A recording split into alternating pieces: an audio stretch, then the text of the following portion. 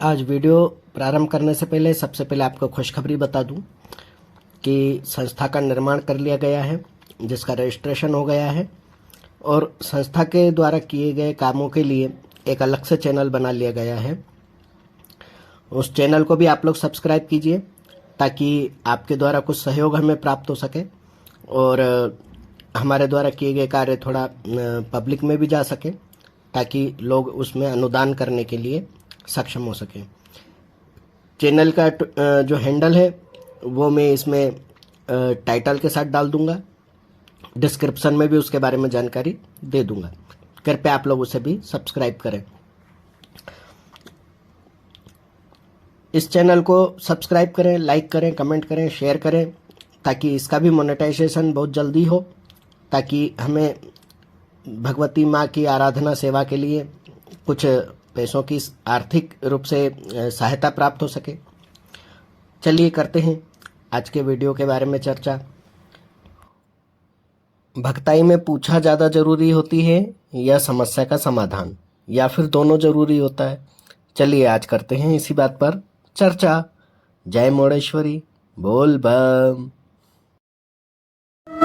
नमोस्तुते महामाये मातंगी मोड़ेश्वरी, सर्व कष्ट हरे देवी, भक्ति मुक्ति प्रदायिनी, धर्मारण्ये स्थिता देवी, हृदयारण्ये संस्थिता, रक्ष रक्ष महादेवी मोड़ कुलोद्धारिणी, धर्मारण्ये तीर्थस्थाने संस्थिता भवतारिणी, दुष्ट कल्याणात्की धाता श्यामला रूप धारिणी, मोड़ जनहा वंदिता मातंगी, मोड़ कुदे कृपा करे, सिद्धि बुद्धि प्रदे देवी, अष्टादश भुज धारिणी।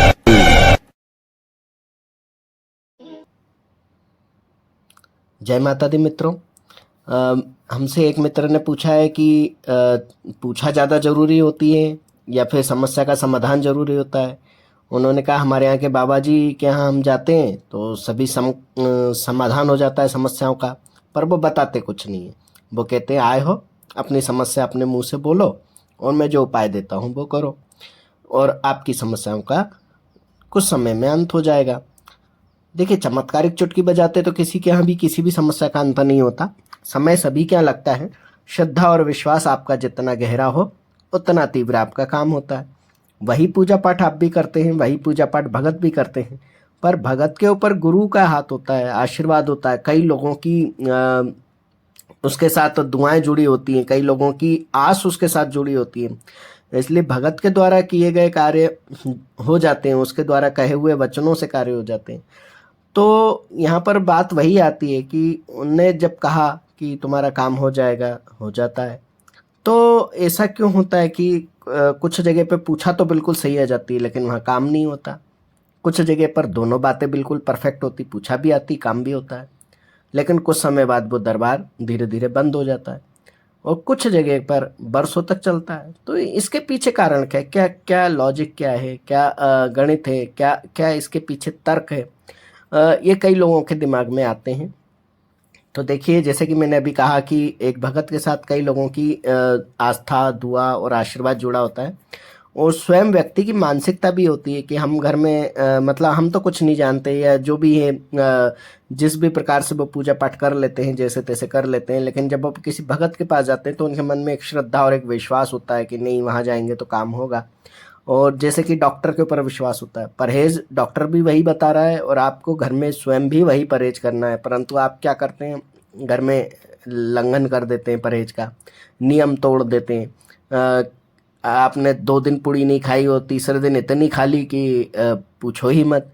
तो इस प्रकार का आप जब कृत्य करते हैं तो यही चीज़, ये मानव स्वभाव है कि जब आप स्वयं से अपने आप पे रोक नहीं लगाते। जब कोई कहता है कि भाई ये कर लो, ये परहेज कर लो, जब सर पे मार पड़ती है ना, तब किसी के कहने से भी करते हो, वरना किसी के कहा भी ना करो। तो यह चीज़ जो है, ये स्वभाव के कारण ही जो हमको प्राप्त घर में हो सकता है वो हम नहीं कर पाते, हम बाहर की ओर भटकते हैं और जब हम बाहर जाते हैं तब हमें मिलते हैं भगत जी। भगत जी आपको कहते हैं कि आपको ये करना है, आपको ऐसे करना है, आप ये नियम कीजिए, आप वो कीजिए, मैं ये चीज़ दे रहा हूँ, मैं ये उपाय बता रहा हूँ, आप ऐसा कीजिए।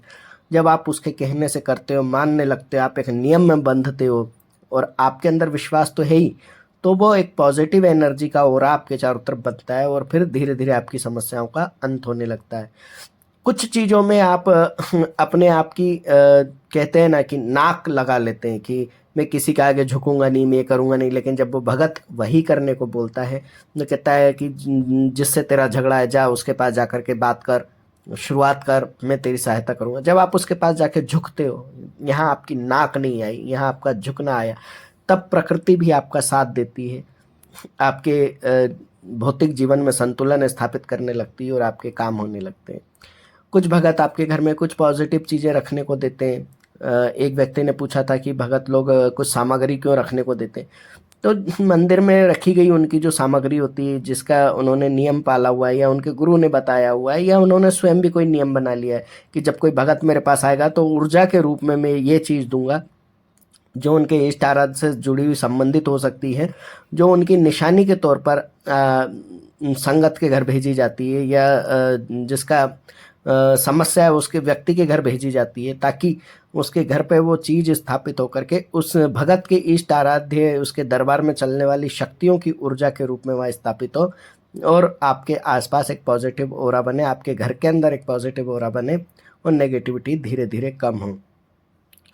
तो यही चीज़ें हैं कि जब भगत करता है तो वो जन कल्याण के लिए करता है, वो बिना किसी स्वार्थ के करता है, वो घंटों घंटों बैठता है, अपने शरीर को दुखाता है, भगवान का स्मरण करता है और वो अपने यहाँ आने वाली जातरू संगत या ये कहें कि समस्या से पीड़ित या ग्रसित लोगों की सहायता करता है। जिस प्रकार से एक साइकेट्रिस्ट लोगों के दिमाग का इलाज करता है ना, उसी प्रकार भगत भी आपके दिमाग का ही अधिकतर इलाज करता है, क्योंकि आधी से ज़्यादा समस्याएं आपके दिमाग में होती हैं।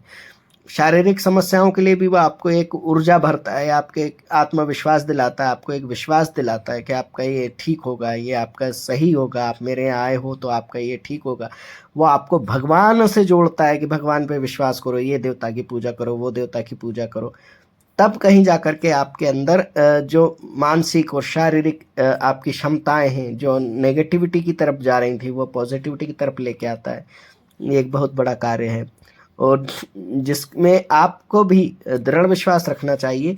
और वहाँ जो भगत रात दिन पूजा करता है, सेवा करता है, अपने इष्ट आराध्य को भोग देता है, अपने इष्ट आराध्य का श्रृंगार करता है, चाहे वह फोटो बना के रखा हो, चाहे उसने मूर्ति लगा के रखी हो, चाहे उसने धूना लगा के रखा हो, जिस भी माध्यम से वो अपने इष्ट आराध्य की सेवा करता है, वहाँ इतनी पॉजिटिव एनर्जी बढ़ती जाती है, बढ़ती जाती है, बढ़ती जाती है कि जब आप जाते हो तो आपकी आधी समस्याओं का अंत होना वहीं से शुरू हो जाता है। इसलिए किसी भी भगत के यहाँ जब जाते हैं तो दृढ़ विश्वास के साथ जाना चाहिए कि अब मेरा काम यहाँ होगा ही होगा, और वहाँ पर वो समस्याओं को बता दे, उससे कुछ नहीं होता। देखिए अभी हाल ही में एक प्रकरण चल रहा था बागेश्वर धाम का, वो भी सबको सब कुछ बता देते हैं, लेकिन लोग तो उस पर भी उंगली उठा रहे हैं। तो इसलिए पूछा का कोई विशेष महत्व नहीं है कि उन्होंने आपको ये बता दिया आप दुखी हो, आपके घर में पैसे की तंगी है, आपके घर में ये समस्या है, वो समस्या है, या सटीकता से जैसे बागेश्वर वाले बता देते हैं, धीरेन्द्र शास्त्री जी बिल्कुल सटीक बता देते हैं कि ये नाम है, ये पता है, फलाना है, ठिकाना है। लेकिन क्या उससे आपकी मुसीबत का हल हो गया? आपकी मुसीबत का हल तो उनके बताए हुए उपाय से ही होता है। जब वो कहते हैं कि जाइए इतने बार धाम का आप वो फेरा लगाइए, इतने बार आप चालीसा पढ़िए या हनुमान जी की सेवा कीजिए जो कि उनके इष्ट आराध्य हैं, तो वो उन अपने इष्ट आराध्य से जोड़ते हैं। तो कुल मिला के बात क्या हुई, जो मैंने शुरुआत में कहा था कि भगत अपने इष्ट आराध्य से आपको जोड़ता है, आपको अपने भगवान से जोड़ता है, आपके कुल देवी देवता से जोड़ता है, आपकी इच्छा शक्ति को प्रबल करता है, इसीलिए आपके काम होते हैं। तो मेन जो चीज़ होती है मेरे हिसाब से, मेरा मानना यह है कि पूछा बिल्कुल और कतई महत्वपूर्ण नहीं है। सिर्फ भगत का ये जानना जरूरी है कि आपको समस्या क्या है। अगर भगत वो समस्या को पकड़ रहा है और वो कोई उपाय बता रहा है, तब आपको वो उपाय दृढ़ विश्वास के साथ करना चाहिए, आपका काम अवश्य ही होगा। आपको पूछा की कोई आवश्यकता नहीं है। जो लोग पूछा भी दे रहे हैं, सटीकता से दे रहे हैं, तो वो एक बहुत अच्छी बात है, बहुत अच्छा काम है, उसमें कोई बुराई और दिक्कत की बात नहीं है, क्योंकि सबका अपना अपना परंपरा से ये चीज़ें होती हैं। कुछ गुरु पूछा की सिद्धियां करते हैं और उसके हिसाब से देते हैं। कुछ लोगों को अपने ही इष्ट आराध्य की कृपा से स्वतः ये पूछा मिल जाती है और वे पूछा देते हैं। अगला वीडियो हम बनाएंगे, उसमें बताएंगे किन लोगों को सिद्धि के माध्यम से पूछा मिलती है और किन लोगों को गुरु कृपा से या मंत्र जाप से, और किस प्रकार से ये पूछाओं की सिद्धि मिलती है। क्या ये सिर्फ दिव्य दृष्टि है वो दिव्य दृष्टि किस तरह से खुलती है, किस लोगों को किस तरीके से नहीं खुलती है। तो हम इन चीज़ों पे बात करेंगे। तब तक के लिए जय मोड़ेश्वरी, बोल बम।